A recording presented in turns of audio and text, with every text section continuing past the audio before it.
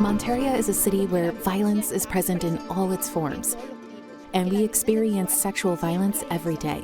Every day there is a case of violence and sexual abuse against girls. Truly, 1 out of every 3 girls were sexually abused at some point in their lives. And I mean, for the first time, I spoke about it during the pandemic. I think it was the first time that I could, release all those things that somehow I had repressed for so many years. And I was finally able to say, this happened to me. I don't want anyone else to go through it. So I think that it also motivated me a lot to do something about it so no girl goes through that ever again.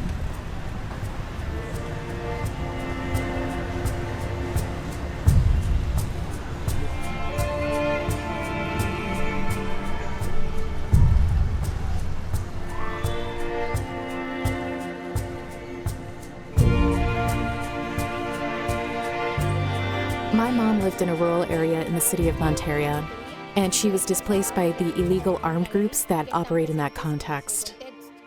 These families settled in this place and started with quite precarious constructions, made with recyclable materials, plastic, garbage bags, and clay walls. You see, this is a context of scarcity, of limited possibilities. So these kids are exposed to recruitment. These kids are exposed to gang-related realities.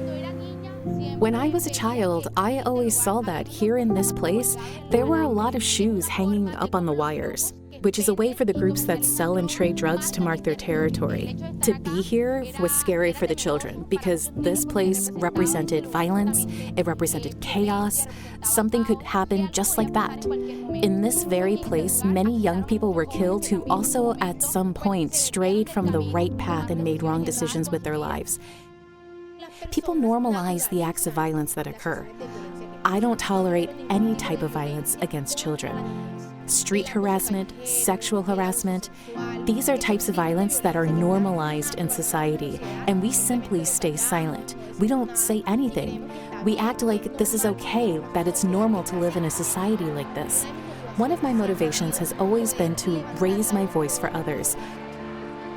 I don't keep it quiet anymore. I have to keep talking about it to everyone out there, not only to a handful of people, but I have to take my voice to other young people who will also get motivated to stop the violence.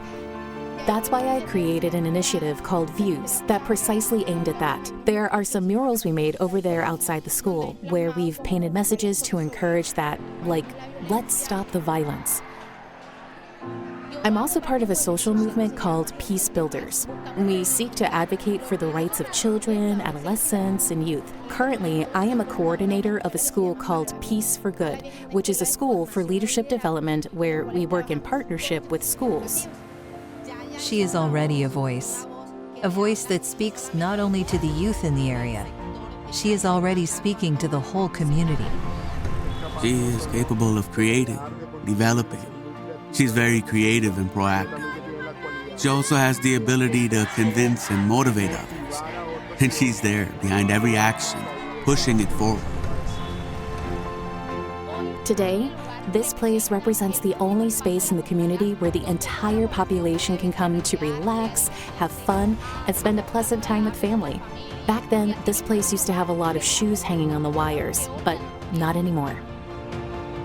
I've always been taught to believe in God, to believe that He's the reason behind the transformation that my family and I, in particular, have experienced, that He allowed us to change and give a new direction to the history we have experienced in the community. My vision for the future is primarily to continue my education. I want to keep studying.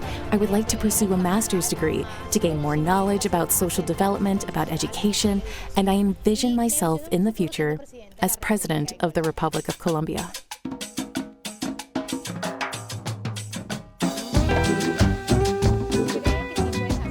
Believe that you can do it. Believe that you can achieve it. Believe that you can lead other people and influence them to improve the context they live in.